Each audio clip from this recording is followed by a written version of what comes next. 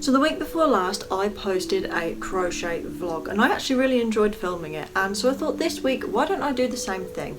Although I'm not going to make another blanket, I'm just going to do a bunch of other projects and see what works out. I have something on the needles right now, a triangle scarf, and I also have one I'm about to cast on, which I'm going to make a separate video for the whole make along thing.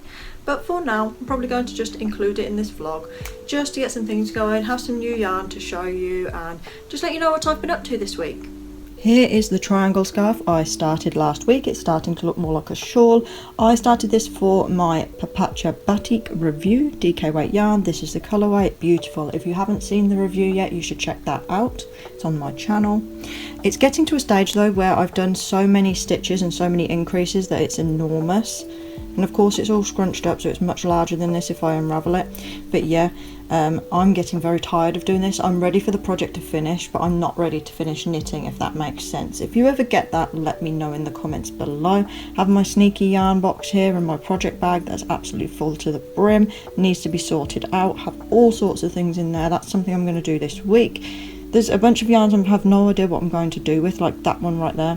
Spectrum DK yarn. I don't know what I'm going to do with that. Maybe I'm going to use it for some other project. Maybe I'm going to use it for some scrap project. I don't know yet. That's part of the problem. I have so much random yarn, and people, I always see them clearing out their stashes and they're like, oh, I can use this, and they pull out all these different balls that go together, and I'm just pulling out all these balls of different fibres, different textures, completely different colours, and I'm like, I feel like overwhelmed by it. Do any of you get that? Do you get overwhelmed by... I don't have like the most amount of yarn. Most of it is just left over from other projects.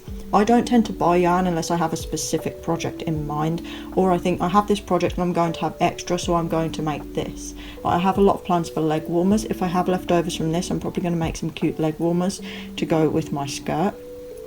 Either way, I have a lot to get on with, so I need to do that now. I need to actually start making some plans for some of this yarn, and yeah, I'm probably going to make a tutorial for this at some point. I'm very excited about this. I love it, but I'm getting tired of it. Oh my god, and I just want to show you really quickly, I opened up a micro mallet the other day and this little dragon was in it, and how adorable is he? I think he's called Devin. He's so beautiful and he has these cute sparkly little wings. Oh, I'm so excited. I love dragons. They're some of my favourites, but I never see them anywhere, and that's the first time I've ever pulled them in a micro mallet. And hilariously, on the same day, I pulled a dragon from the Squishmallows. Oh my goodness, he's so cute. Oh, and I'm just going to show you this because this is cute too. Look, a moth and a butterfly. Miri and Estefania with the bum bums. Ah! It's a shame they don't sell many bum bums in the UK because I love bum bums almost as much as Squishmallows. Hey, hey, hey. Ah! That's not even all of them, nowhere near. Tell me, if you collect Squishmallows, how many do you have? I think I have about 115.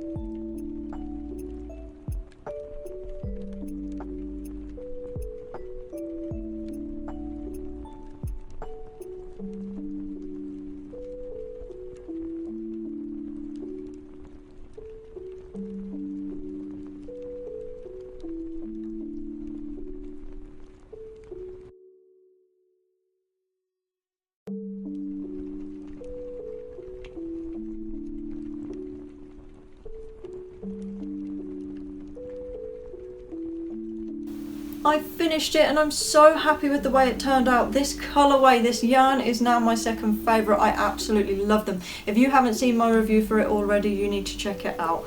It's absolutely beautiful yarn and it's so soft. This is actually some of the softest acrylic I've ever had. We'll definitely buy more of this.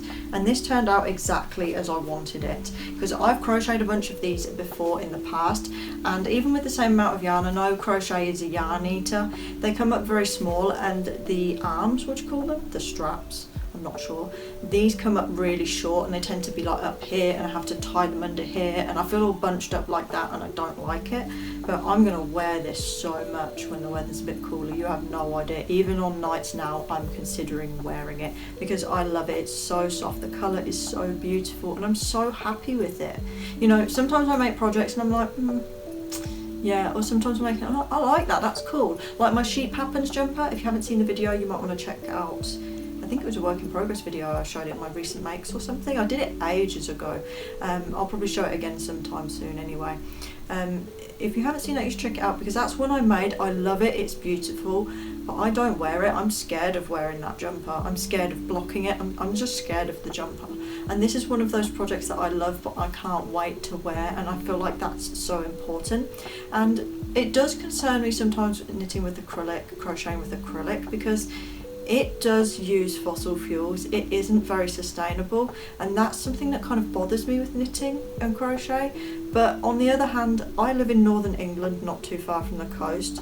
It's very humid here. It's often 85–90% humidity and higher, and it gets very cold. So drying yarn is difficult, and obviously I don't want to put that guilt on anyone else. It's entirely your choice. I don't care what other people knit and crochet with, right?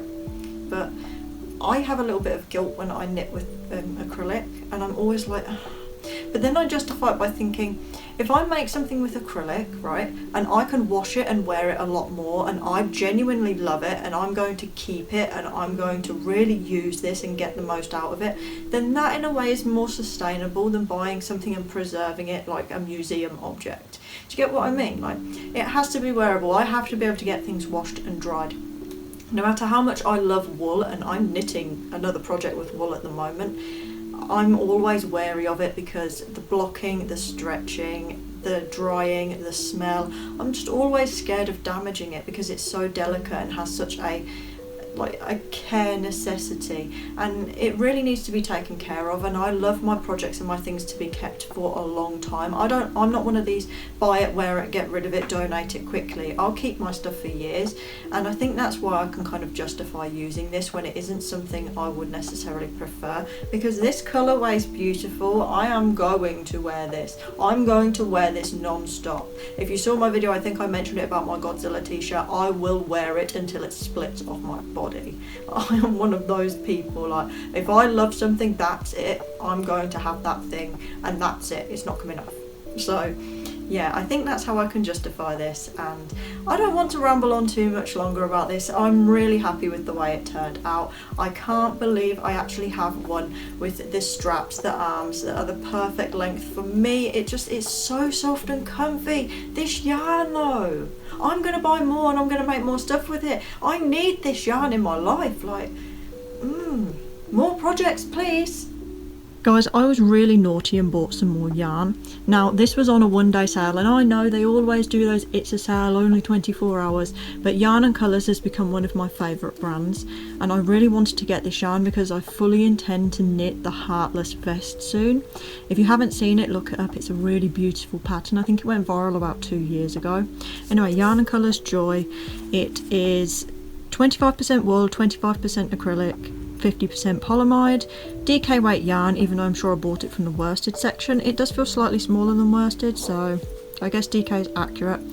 Wash on 30 degrees, 100 gram ball, 250 meters or 273 yards. I'm sorry if you can hear some power tools outside. I've shut the window and shouted at my neighbour, but they're not going to stop.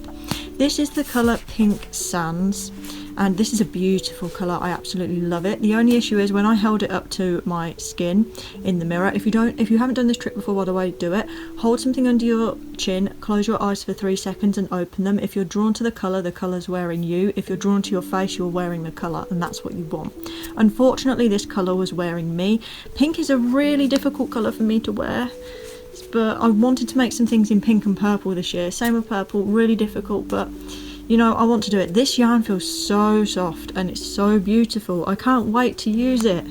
I hope I have a bit left over, to be honest, because I'd love to make something else with this. Mind you, I say that, but then if it turns out it really looks quite bad on me, I might end up not doing anything or just making like some leg warmers or something. But this is really soft yarn. Yarn and Colours, if you haven't checked it out before, you need to check it out now, because this is a really good brand and it's about the same sort of price as like Stylecraft and perhaps a little bit cheaper than Lion Brand, and I would say it's better quality than most Lion Brand and a bit better quality than Stylecraft. You can see here this wool version, obviously very nice quality, always going to have a better appearance to it than acrylic on its own, however it takes a little bit more care. But yeah, so I had to buy some more stitch markers because out of a pack of 150 I bought about 2 years ago, I only have 6 left. I think my husband hoovered them up, to be honest, but now I have a big pile of them, and I've also found a way to get rid of this Micro-Mallows capsule. So just put your stitch markers in it and your needles too. So now it's the weekend and we're at the end of the vlog. I only have this one last project to show you, and I need to correct myself because I said I was knitting the porcelain jumper. I'm knitting the porcelain yoke sweater. Now here it is so far. This is the front, this is the back, the German short rows, you can see, just extended it here. I'm onto the colour work now, I'm really happy. But one thing that's happened with this jumper is because I struggle so much with maths, I've had to tear it back dozens of times and it was getting too stressful. I accidentally made a little mistake here. I thought that I'd knitted the whole edge together. I was thinking, why doesn't it add up this time? I dropped this stitch, and because of the mohair it gets so felted, it held the stitch in so it looked like it was knitted into the band when it wasn't. So now I have to go back at the end and get some yarn and knot this through and tie it up so it doesn't unravel the whole neckband, which is really disappointing because I've already done this once and I thought, I can't do this maths again. I just can't. I can't cope with it. So I'm going to continue with this. I'm going to finish it. And another issue is I accidentally bought the wrong pattern. I thought I was buying the porcelain sweater and I realised as I was knitting it, I was thinking, why doesn't this add up? Why are people not knitting this in a round? I bought the porcelain yoke sweater and I bought it a year ago. But I'm going to persevere, I'm going to finish it because it's still a really pretty jumper and I'm going to gain more skills by knitting it. And it'll help me get used to reading these patterns because the pattern itself isn't the clearest. So yeah, I'm happy with it. Here's the colour work started. I really like it. I'm using Valley Yarns Huntington and I'm using Hobby Diablo mohair. Really nice yarn, doesn't really feel itchy at all. Hopefully it's not when it's on my neck. Feels pretty good. I'm happy with it other than that error. By the way, if you have any tips of how to deal with that error other than literally just tying it on and weaving it through so it doesn't come unraveled, let me know in the comments below. And don't forget, by the way, to subscribe. It's free and it really helps out my channel. Give it a like if you enjoyed the video and I hope to see you next week.